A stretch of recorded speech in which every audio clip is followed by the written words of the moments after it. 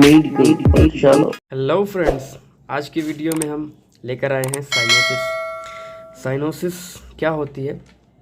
It is bluish discolouration of the skin plus और minus mucous membrane.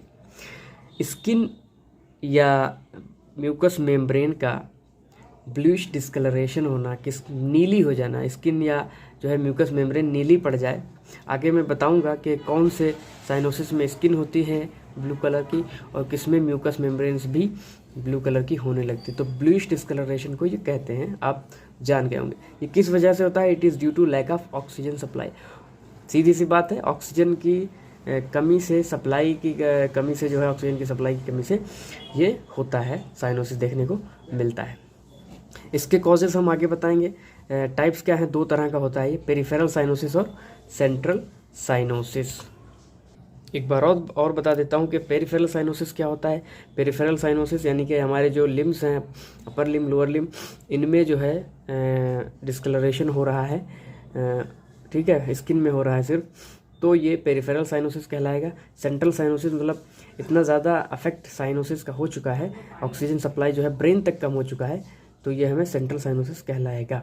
अब हम one by one देखते हैं। सबसे पहले पेरिफेरल साइनोसिस। अब हम सबसे पहले पेरिफेरल साइनोसिस देखते हैं।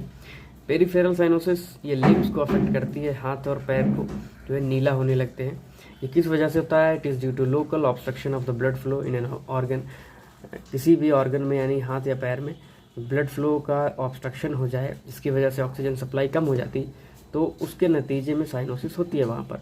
ये किस वजह से भी हो सकता है? ये एक्सट्रीम कोल्ड की कंडीशन में हो जाता है। आपने छोटे बच्चों में देखा होगा कि बहुत ज़्यादा सर्दी में, ठंडक में, वहाँ पर जो ब्लड वेसल्स होती हैं वो कंस्ट्रिक्ट कर जाती हैं और उस वजह से ब्लड ऑक्सीजन डिमांड, जो सप्लाई है, वो कम हो जाती है। तो किसी थ्रोम्बस के नतीजे में, जैसे डीप वेन थ्रोम्बोसिस है, उस नतीजे में भी ब्लड सप्लाई कम होने की सूरत में जो है साइनोसिस हो जाती है। कार्डिक आउटपुट घट गया है, उस वजह से भी साइनोसिस हो जाती है।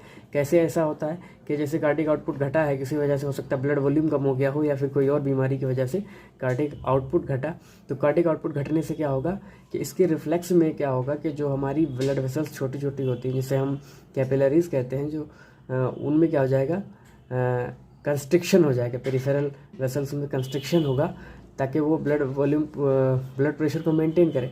लेकिन कंस्ट्रक्शन के नतीजे में क्या होगा, उसके आगे के एरिया में ब्लूइश डिस्कलरेशन देखने को मिलेगा। शॉक की कंडीशन में भी साइनोसिस हो सकता है।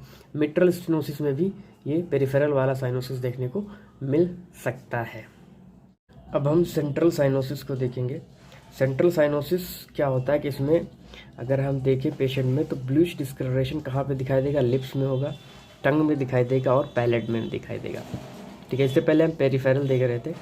इसमें सेंट्रल साइनोसिस में और क्या होता है, ये होता किस वजह से, इसका जो कॉज होता है कि वो हार्ट या लंग में होगा। ठीक है, जिस एरिया में ये साइनोसिस हुआ है, उस हिस्से को टच करने पर, ठीक है, वार्म हमें उसका फील होगा, वार्म टच होगा। लेकिन जो हमने अभी पेरिफेरल साइनोसिस पढ़ा था, ये पॉइंट हमने वहाँ पर मिस कर दिया। यहाँ पे बता दे रहे हैं, वहाँ पर जो हिस्सा साइनोसिस होगी, जैसे हाथ और पैर में जो साइनोसिस हुई है पेरिफेरल, उसमें वो हिस्सा ठंडा होता है। ठीक है, कह रहे हैं कि नो इफेक्ट ऑफ हीट का यहाँ पे कोई असर नहीं होता है सेंट्रल साइनोसिस में। जिस हिस्से में अगर हम हीट पहुँचा दें, गर्म कर दें, तो वहाँ पे कुछ ऐसा नहीं होगा कि वो ठीक हो जाए।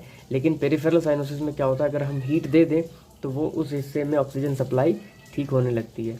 ठीक है, ये एक छोटा सा डिफरेंस था। अब हम देखते हैं सबसे पहले कि कार्डियक कॉजेस क्या क्या हैं जिसकी वजह से सेंट्रल साइनोसिस हो रहा है।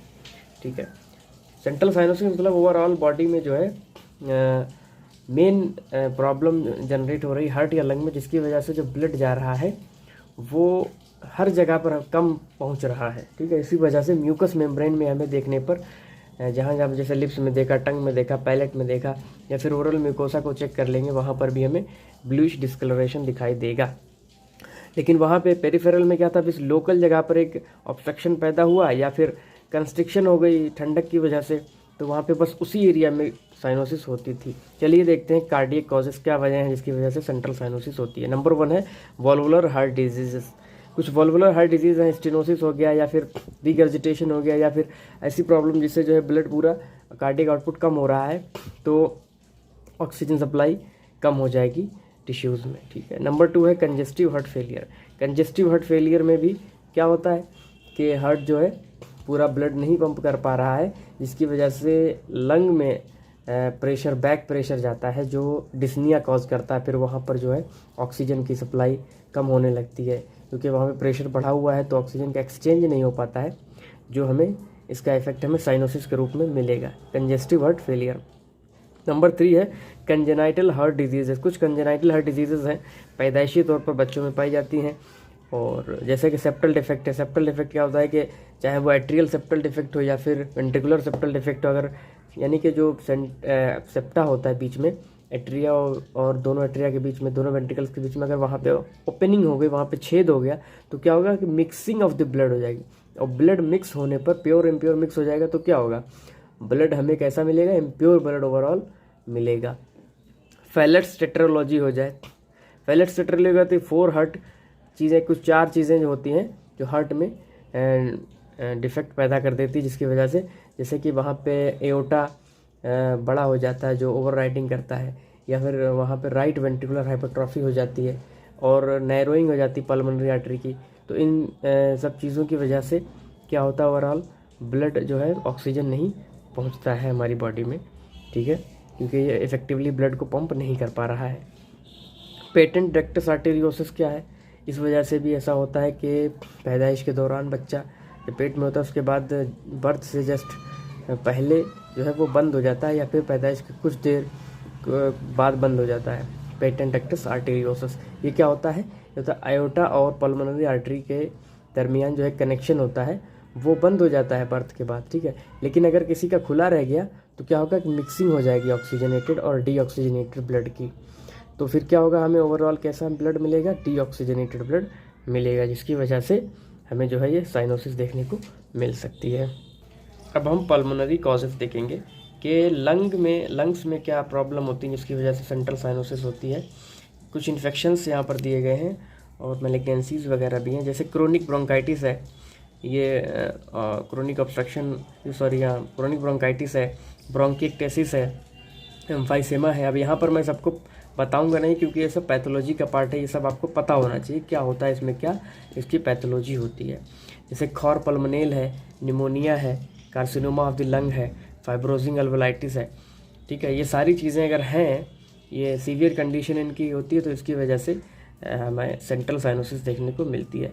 जैसे निमोनिया है, निमोनिया की कंडीशन में एक चीज़ मैं बता दूं आपको, जैसे कि निमोनिया का इन्फेक्शन हुआ है और ये बहुत ज़्यादा ख़तरनाक हो गया, यानी कि एंटीबायोटिक्स वगैरह नहीं दी गई और बहुत ज़्यादा बैक्टीरिया ब्लड में बढ़ गए इसकी वजह से, और बैक्टीरीमिया पहले होगा, उसके बाद सेप्टिसीमिया अगर हो गया तो क्या होगा कि इसके नतीजे में हमारा जो इम्यून सिस्टम है क्या करेगा, ब्लड वेसल्स को डायलेट करेगा, ब्लड वेसल्स को डायलेट कर देता है, और वहाँ पे इन्फ्लेमेशन भी हर जगह पर ब्लड वेसल्स में होने लगेगा, क्योंकि इन्फेक्शन के नतीजे में इसके रिफ्लेक्स में, यानी कि उसके जवाब में ऐसा होता है।